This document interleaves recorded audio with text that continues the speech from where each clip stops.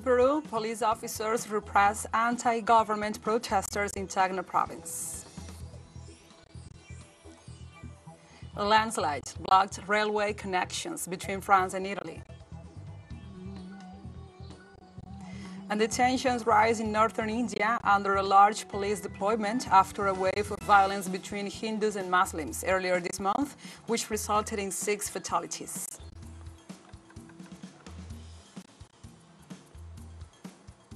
Hello from the headquarters of teleSUR English in Havana, Cuba. This is From the South.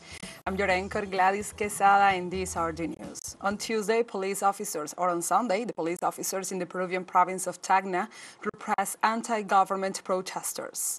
The demonstrators gathered to reject the visit of President Dina Boluarte to that southern city as the head of state attended the celebrations of the 94th anniversary of the reincorporation of Tacna to the national territory. The confrontations took place near the Casa Andina Hotel, where the activity was taking place, with the presence of Boluarte and the full ministerial cabinet. The detainees were taken in the national police vehicles. Anti-Boluarte demonstrations have been more scattered, but remain as people keep showing their discontent with the de facto installed government.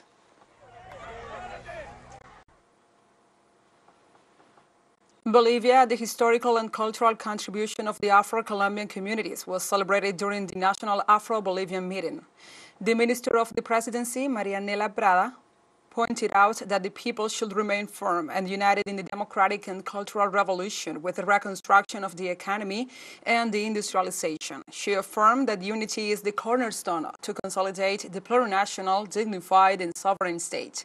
At the same time, she announced the construction of a headquarters for the Afro-Bolivian National Council, CONAFRA, and delivered a vehicle so that they could easily commute around the region.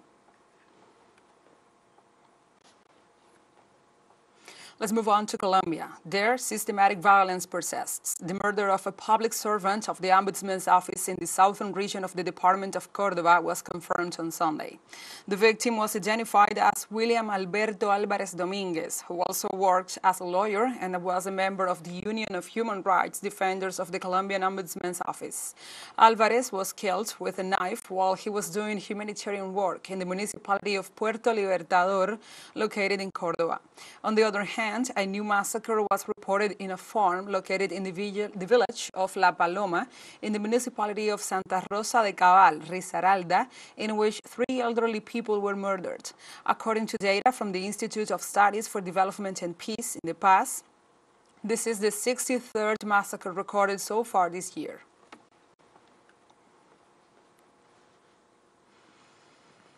And Colombia's Ministry of Finance approved the allocation of resources for the Youth in Peace social program. This is a plan which, with the government of Gustavo Petro, hopes to subsidize young people in vulnerable regions to steer them away from crime and delinquency. It is estimated that the program will benefit some 100,000 people between the ages of 14 and 28, with an investment of almost $300,000 US.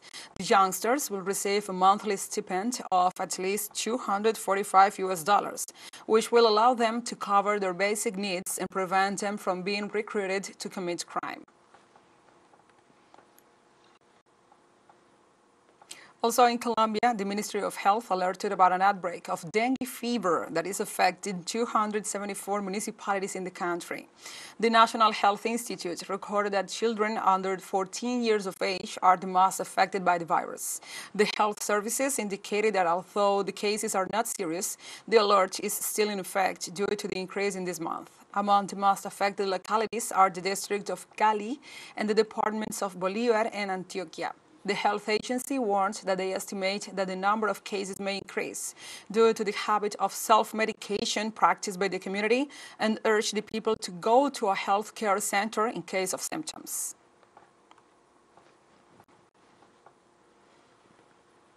In Venezuela, members of the armed forces evacuated more than 950 illegal miners from areas at the top of the Cerro Yapacana National Park in the municipality of Atabapo in the Amazonas state.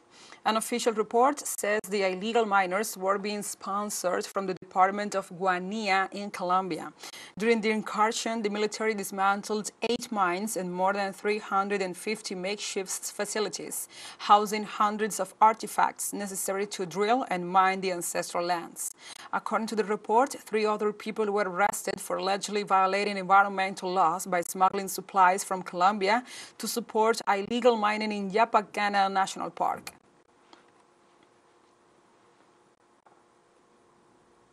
And on the French island of Martinique, several clashes broke out between police and demonstrators in the city of Fort-de-France, resulting in the arrest of 2 people as well as the destruction of several vehicles and street furniture. Local media reported that the violence erupted when a group of activists attempted to demonstrate in front of the prefecture's headquarters. Police dispersed the protesters with tear gas, at which point clashes broke out between the 2. The reason for the protest is unknown, but social media suggests that the activists were demonstrating against violence on the Caribbean island and the policy of French authorities. And early Sunday morning, a shooting near a Louisville restaurant left 1 man dead and 5 others wounded by gunfire. Louisville Police Major Shannon Loder reported that law enforcement arrived on the scene in downtown Louisville around 3 a.m. and found a dead man at the scene. Media reports indicate that one of the victims, a gunshot-wounded man, was taken to a hospital in critical condition, and 4 other people suffered non-life-threatening injuries. Police will continue investigations into what happened. And in the U.S., an attorney filed a challenge against Donald Trump in federal court in Florida, arguing that the former president cannot run in next year's U.S. presidential election because of his likely involvement in the January 2021 Capitol riots. The plaintiff, identified as Lawrence Kaplan, alleged that a clause of the 14th Amendment to the U.S. Constitution provides that persons who have participated in an insurrection or rebellion against the government may not hold any office in the government. Kaplan also argued that the indictments filed by juries in Washington, D.C. and Georgia, which are investigating Trump's efforts to remain in power after losing the 2020 election, make his disqualification from holding public office automatic. And let's take a short break. But remember, you can join us on TikTok at teleSUR English, where you will find the news in different formats, news updates and more. Other studies coming up. Stay with us.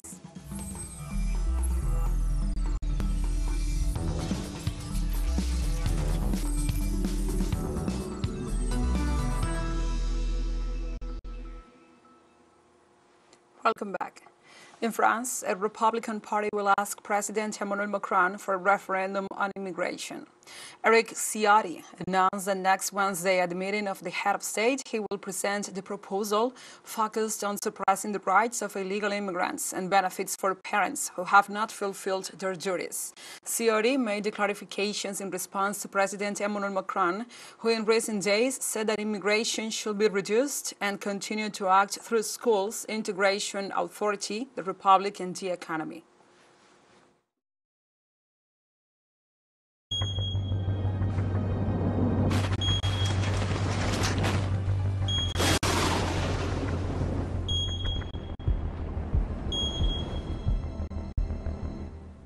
Now we move on to other topics. A serious landslide blocked railway connections between France and Italy. The landslide took place in the French department of Savoie, affecting a highway and a railroad track. According to the report submitted by local authorities, several rocks crashed against the protective screen installed at the site as preventive measures. So far, several roads have been indefinitely closed, and vehicles over 3.5 tons are not allowed to drive through the tunnel linking France and Italy. Railway services between the two countries have also been interrupted.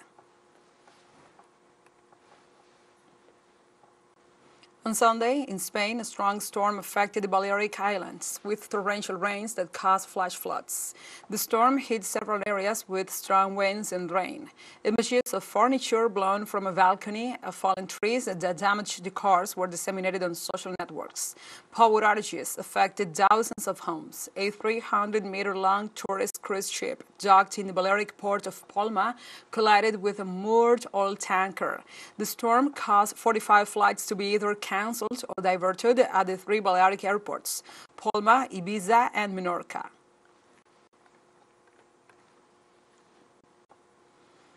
On Sunday, Tokyo Electric Power Company Holdings opened its treated water dilution and discharge facility at the Fukushima Daiichi nuclear plant to journalists. The plant, damaged by the 2011 earthquake and tsunami, began discharging the treated water into the Pacific on Thursday, despite protests at home and in neighboring countries that add political and diplomatic pressures to economic concerns. The release has been strongly opposed by fishing groups. China immediately banned seafood imports from Japan, raising concern among the fishing community and related businesses. The Japanese government and the plant operator claim that the water must be released to make way from the decommissioning of the facility and to prevent accidental releases of insufficiently treated water. However, some officials argue that much of the water retained in the tanks still contains radioactive materials, exceeding releasable levels. And the U.S. Secretary of Commerce, Gina Raimondo, is on an official visit to China to work on preserving trade relations amid geopolitical tensions. During her 4-day trip, Raimondo will visit the cities of Beijing and Shanghai, where she will meet with senior Chinese officials to discuss various issues of common interest, including U.S. restrictions on technology exports to China. Raimondo's visit, the third by a senior U.S. official in the past 2 months, comes at a time of rising tensions, especially over technology transfer. And the Russian Investigative Committee confirmed on Sunday the death of the head of the Wagner Group, Yevgeny Prigozhin, in the plane crash that occurred this week in the Russian province of Tver. Following the completion of molecular genetic testing of those killed in the crash, the committee said in a statement that the identities of the 10 deceased correspond to the list presented in the flight log. Following the crash, the Russian Federal Air Transport Agency published the full list of people on board of the plane. It included Yevgeny Prigozhin and Dmitry Utkin, one of the founders and commanders of the Wagner Group. On Thursday, Russian President Vladimir Putin had expressed his condolences to the families of those killed in the crash.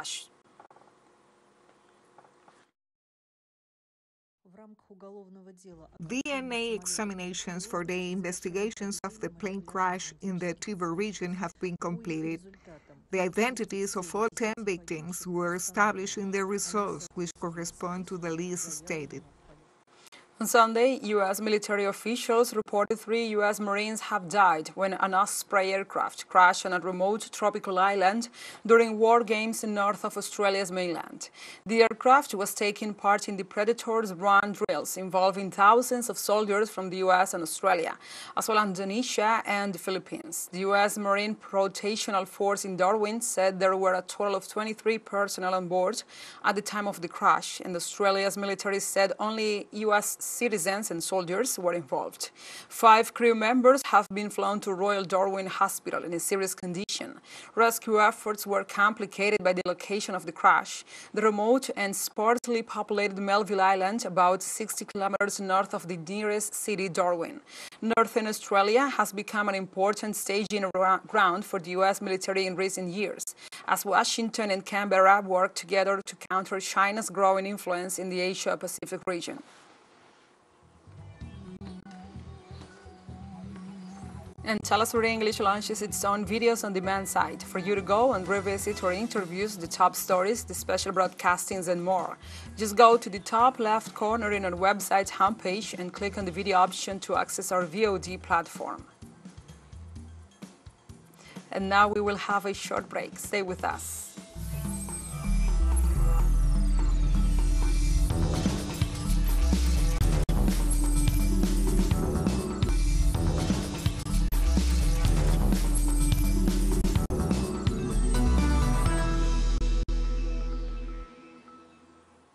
Welcome back. In India on Monday, tensions rose in the locality of Nu as a Hindu extremist group called for the continuation of a religious celebration that triggered a wave of violence between Hindus and Muslims earlier this month, which resulted in 6 deaths. The local police deployed almost 2,000 troops in the area after a Hindu religious procession organized by the Vishnu Hindu Parishad group in the Muslim town of Haryana was attacked by a mob on July 31st. The violence spread over the next few days to several cities in the state and left 6 people dead. This forced the authorities to impose curfews and internet shutdowns. In that sense, authorities point out that the event called for this Monday defies the refusal of the district administration to grant a permit to celebrate the Hindu festival, alleging the prevention of new clashes.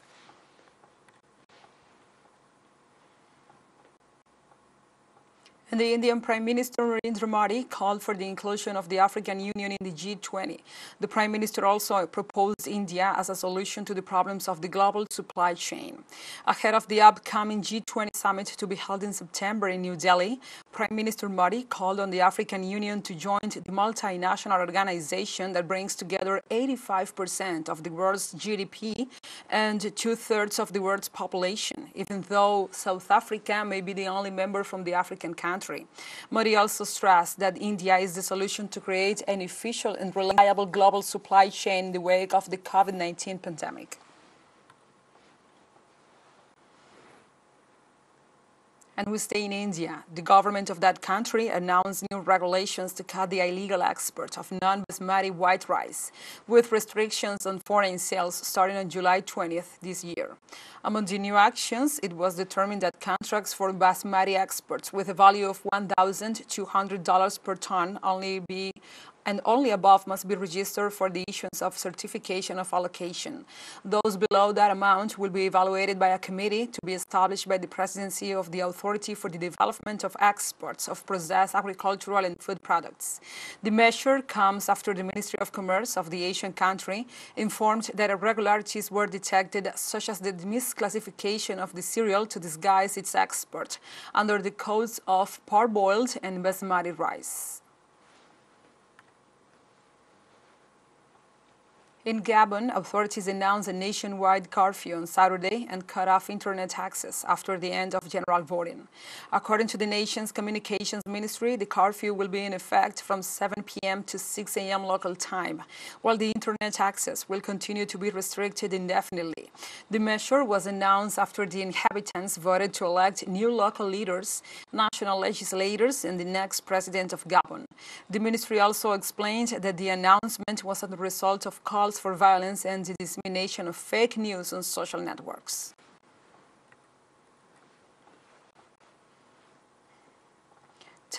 On Saturday, tens of thousands of people rallied in Niamey, Niger, in support of last month's coup, a day after the country's new military leaders gave the French ambassador to Niger 48 hours to leave the country. The Seyin Kontouche Stadium, the largest in Niger with a capacity of 30,000 seats, was 2/3 full, and vuvuzelas could be heard. Flags of Niger, Algeria, and Russia dotted the stands, while acrobats painted in Niger's national colors put a show in the center of the field. RNGs said they fully supported the National Council for the Safeguarding of the Homeland, the CNSP, which seized power after overthrowing the government of President Mohamed Bazoum on July 26. The CNSP is focused on not stopping the fighting until the day when there are no more French soldiers in Niger. And the Cuban president, Miguel Diaz-Canel, concluded his tour of African countries with a visit to Namibia. During his trip, he held meetings with different counterparts in order to strengthen bilateral ties. Namibia was Diaz-Canel's last stop before returning to Cuba. During his visit to that nation, he held a meeting with his counterpart, Haig Heinob, in which they discussed matters of common interest. The Cuban president participated as guest of honor in the celebration of the Heroes' Day, which commemorates the country's War of Independence. At the same ceremony, he received the Order of the Most Ancient Welwitschia Mirabilis in first degree, the highest decoration of the country. The Cuban president previously visited Mozambique, Angola, and South Africa, where he attended the summit of the Group of Emerging Economies BRICS, held from August 22nd to 24th in the city of Johannesburg. And like this, we have come to the end of this news brief. But remember, you can find this and many other stories on our website at telesurenglish.net. And also, if you feel so inclined, please join us on social media for all the latest news. We are on Facebook, Twitter, Instagram, Telegram, and TikTok. For TeleSUR English, I'm your anchor, Gladys Quesada. Thank you for watching.